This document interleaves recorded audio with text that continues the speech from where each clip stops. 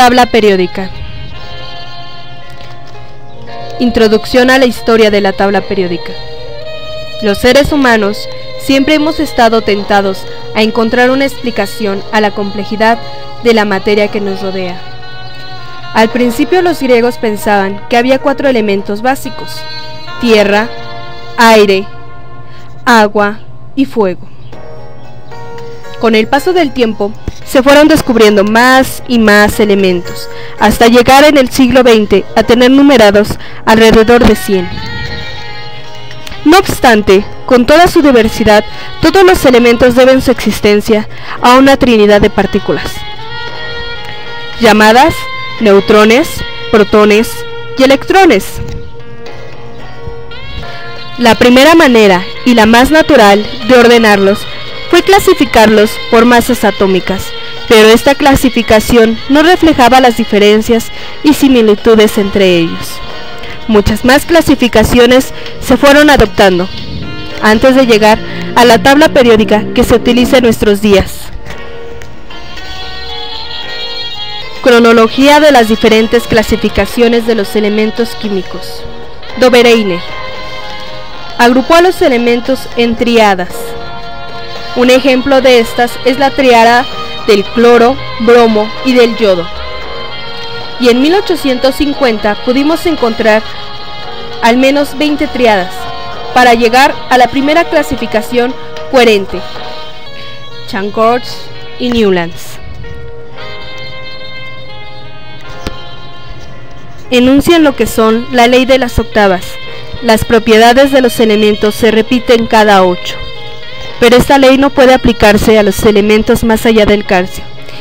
Esta clasificación es por lo tanto insuficiente, pero la tabla periódica comienza a ser diseñada. Mendeleev. En 1869, Mendeleev, químico ruso, presenta una primera versión de su tabla periódica. Esta tabla fue la primera presentación coherente de las semejanzas de los elementos. Él se dio cuenta de que clasificando los elementos según sus masas atómicas, se veía aparecer una cierta periodicidad entre estas. La primera tabla contenía 63 elementos. Contribución de Warner y Moseley. La tabla periódica larga, que en 1895 presentó Alfred Warner, es sin lugar a dudas una de las que más se utiliza actualmente, con algunas adaptaciones, y fue el primer sistema periódico con la estructura larga, que permite separar a los grupos A de los grupos B.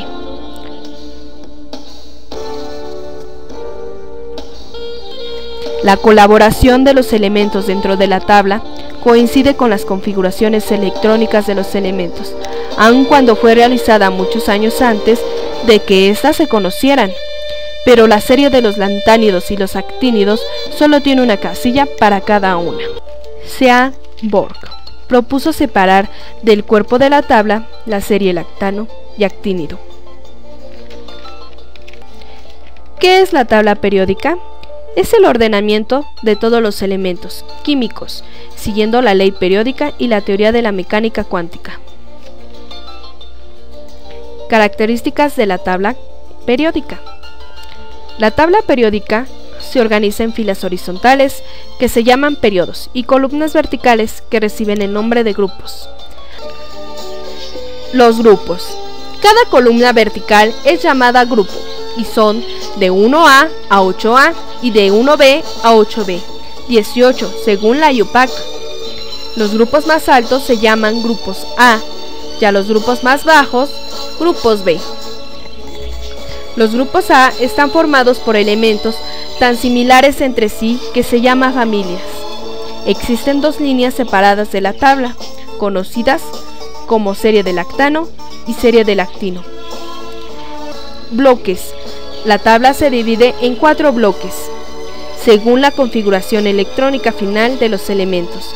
El bloque S, D, P y F. Clasificación de los elementos. Los elementos de la tabla periódica se dividen en 3 clases: metales, no metales y gases nobles. La tabla periódica de los elementos químicos desempeña un papel muy importante dentro del desarrollo de la ciencia en general y la química y la física en particular, pues sienta las bases de la comprensión de las más complejas e intrincadas relaciones entre los átomos, las unidades fundamentales con las cuales están constituidos todos los objetos que nos rodean. Que quede como conclusión que aunque grandes hombres han contribuido al avance de la ciencia, la labor no termina en tanto la curiosidad y la inteligencia de la raza humana no se agoten.